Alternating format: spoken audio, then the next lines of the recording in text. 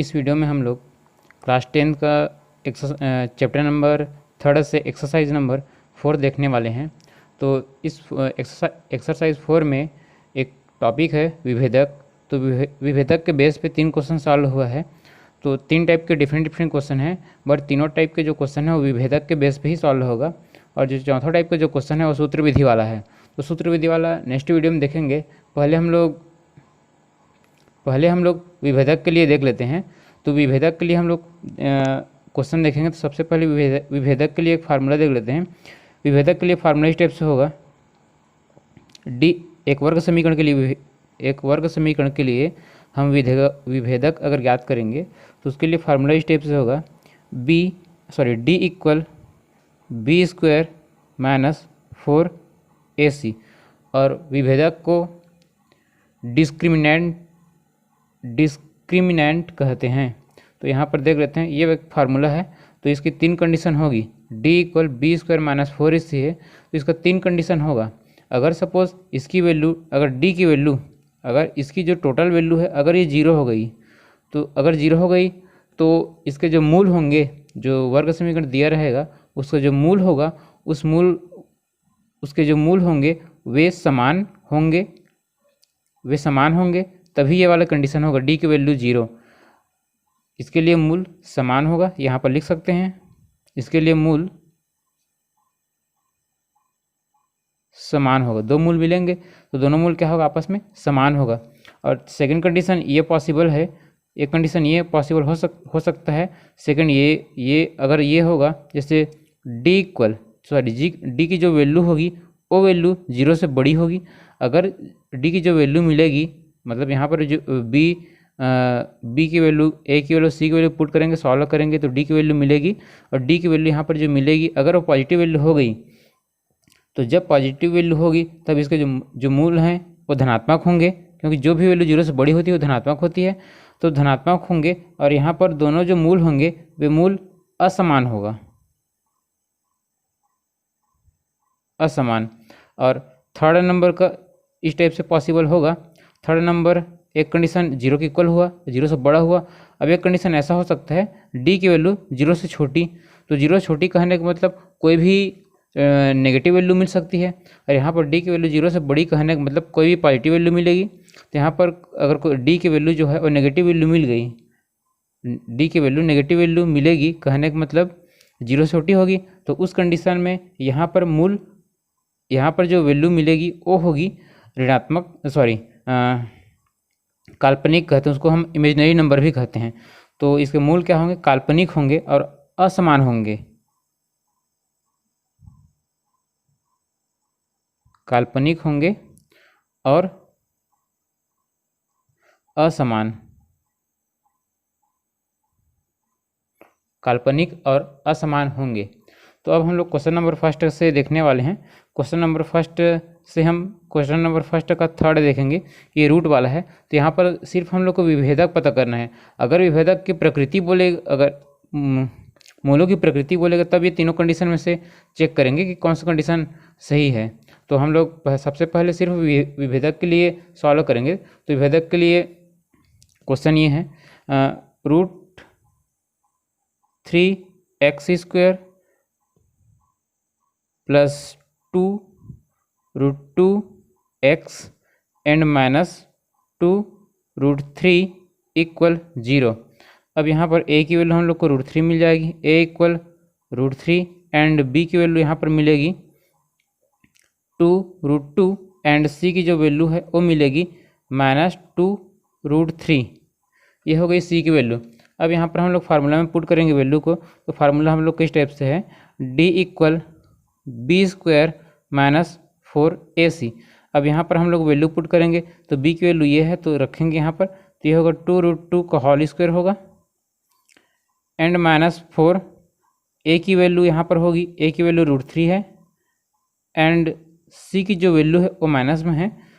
तो ये minus 2 root 3। अब यहाँ पर इसको सॉल्व करेंगे तो 2 का 4 हो जाएगा, और रूट 2 का स्क्वायर है तो ये भी 2 होगा, और यहाँ से ये माइनस और ये माइनस इंटू होगा तो प्लस होगा।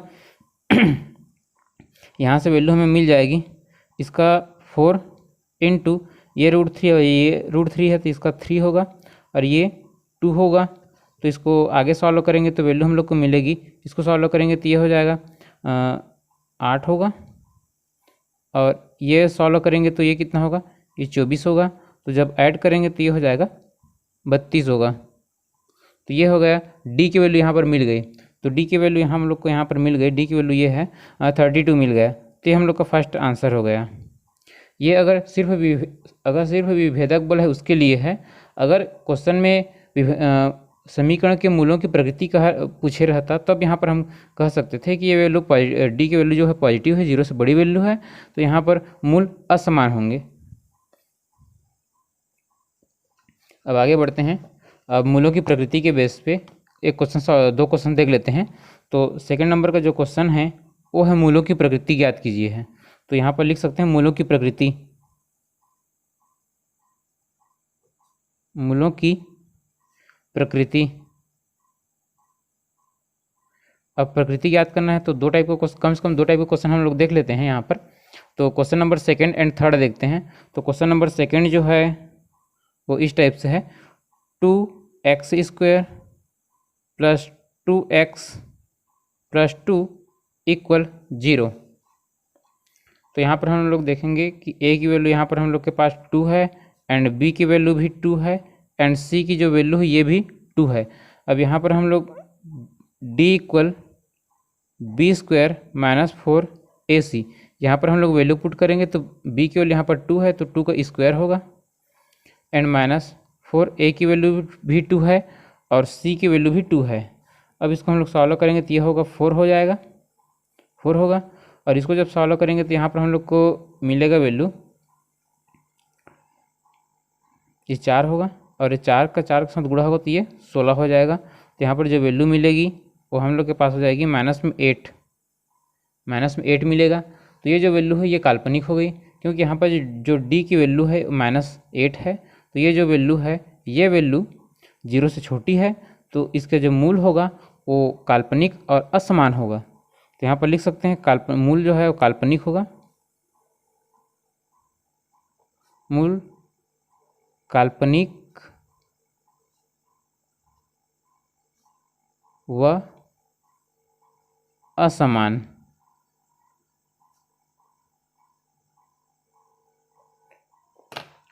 काल्पनिक होगा और असमान होगा। ये जो वैल्यू होगी ये 8 नहीं होगा, ये सॉरी ये 12 होगा। ये जो वैल्यू है ये 12 होगा, क्योंकि 16 हाँ ये 12 -12 होगा। अब हम लोग देखेंगे इसी का थर्ड नंबर का क्वेश्चन देखेंगे। तो थर्ड नंबर का देख लेते हैं। तो थर्ड नंबर किस टाइप से है, 3x² - 2 √6x + 2 = 0। अब यहाँ पर हम लोग के पास a की वैल्यू यहाँ पर 3 है एंड b की वैल्यू यहाँ पर -2 √6 है एंड c की वैल्यू यहाँ पर 2 है। अब यहाँ पर हम वैल्यू पुट करेंगे d = b² - 4ac, b² - 4ac। अब यहाँ पर हम लोग वैल्यू पुट करेंगे तो b की जो वैल्यू है वो -2 √6 का स्क्वायर एंड यहाँ पर 4 और a की वैल्यू 3 है एंड c की वैल्यू 2 है। तो यहाँ पर ये वैल्यू हो जाएगी, यहाँ पर इसका स्क्वायर करेंगे तो ये 4 होगा और ये 4 होगा और ये 6 होगा। तो 4 × 6 की जो वैल्यू होगी 4 × 6 ये होगा 24 होगा और यहाँ पर इसको सॉल्व करेंगे तो ये वैल्यू भी 24 होगा। तो यहाँ पर जो वैल्यू आएगी वो 0 होगा। तो d की वैल्यू यहाँ पर 0 हो गई। तो जब d की वैल्यू 0 हो गई तो यहाँ पर जो मूल है वो समान है, यहाँ पर मूल धनात्मक है और समान है। तो यहाँ पर लिख सकते हैं मूल समान है करके, मूल धनात्मक व समान कह सकते हैं, धनात्मक व समान है या समान होगा। अब एक और क्वेश्चन देख लेते हैं हम लोग। तो एक क्वेश्चन और देख लेते हैं, तो मान ज्ञात कीजिए वाला है। तो एक क्वेश्चन हम लोग देख लेते हैं, एक और क्वेश्चन। तो तीसरा नंबर का जो क्वेश्चन है तो तीसरा नंबर में बहुत सारा क्वेश्चन है, 4-5-5-6 क्वेश्चन होगा। तो इसमें के का मान ज्ञात करना है, तो विभेदक वाला फार्मूला के बेस पे ही हमें के का मान ज्ञात करना है। तो के का मान ज्ञात कीजिए, के का मान ज्ञात कीजिए।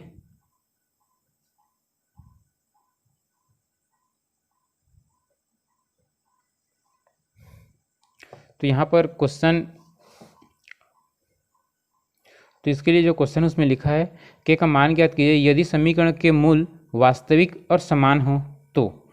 वास्तविक और समान, तो वास्तविक और समान कब होगा? जब डी की वैल्यू 0 होगी तो होगा।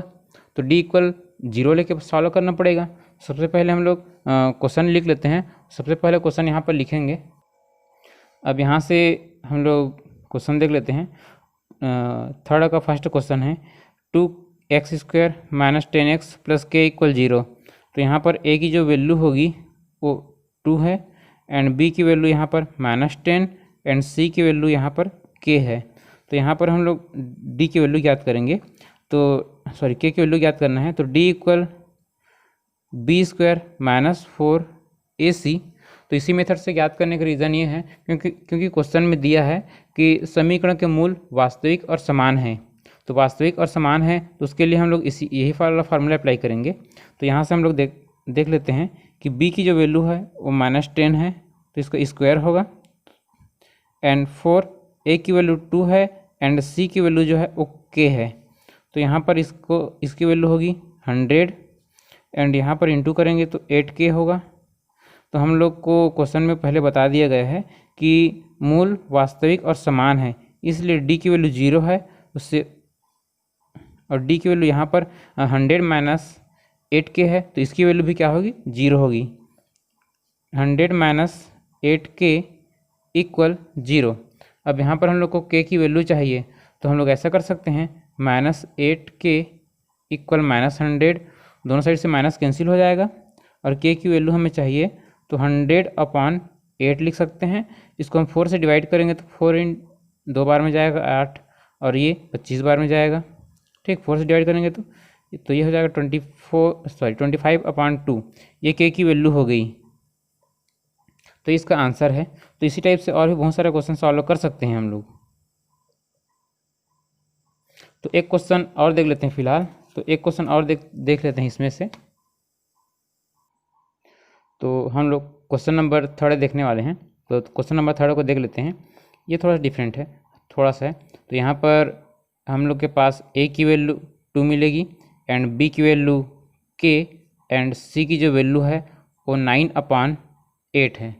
तो यहाँ पर d = b² - 4ac इक्वल, यहाँ पर b की वैल्यू होगी k² होगा, एंड 4 इंटू a की वैल्यू 2 है, एंड c की वैल्यू है 9/8 है। इसको आगे सॉल्व करेंगे तो ऐसा होगा, ये k² - 8 इंटू 9/8। तो ये वाला 8 और ये 8 कैंसिल होगा, तो वैल्यू हम लोग के पास मिल जाएगी k² - 9। तो मूल वास्तविक और समान है, इसलिए d = 0 ले सकते हैं हम लोग। तो यहाँ पर इसकी वैल्यू भी 0 होगी, k² - 9 = 0। तो यहाँ पर k की वैल्यू हमें k² की वैल्यू हमें मिलेगी 9। तो यहाँ पर k की स्क्वायर हम हटाएंगे तो k = मिल जाएगा +-3 मिलेगा ये। तो इस टाइप से ये भी आंसर है। तो ये आंसर हो जाएगा, k की वैल्यू +-3 होगी।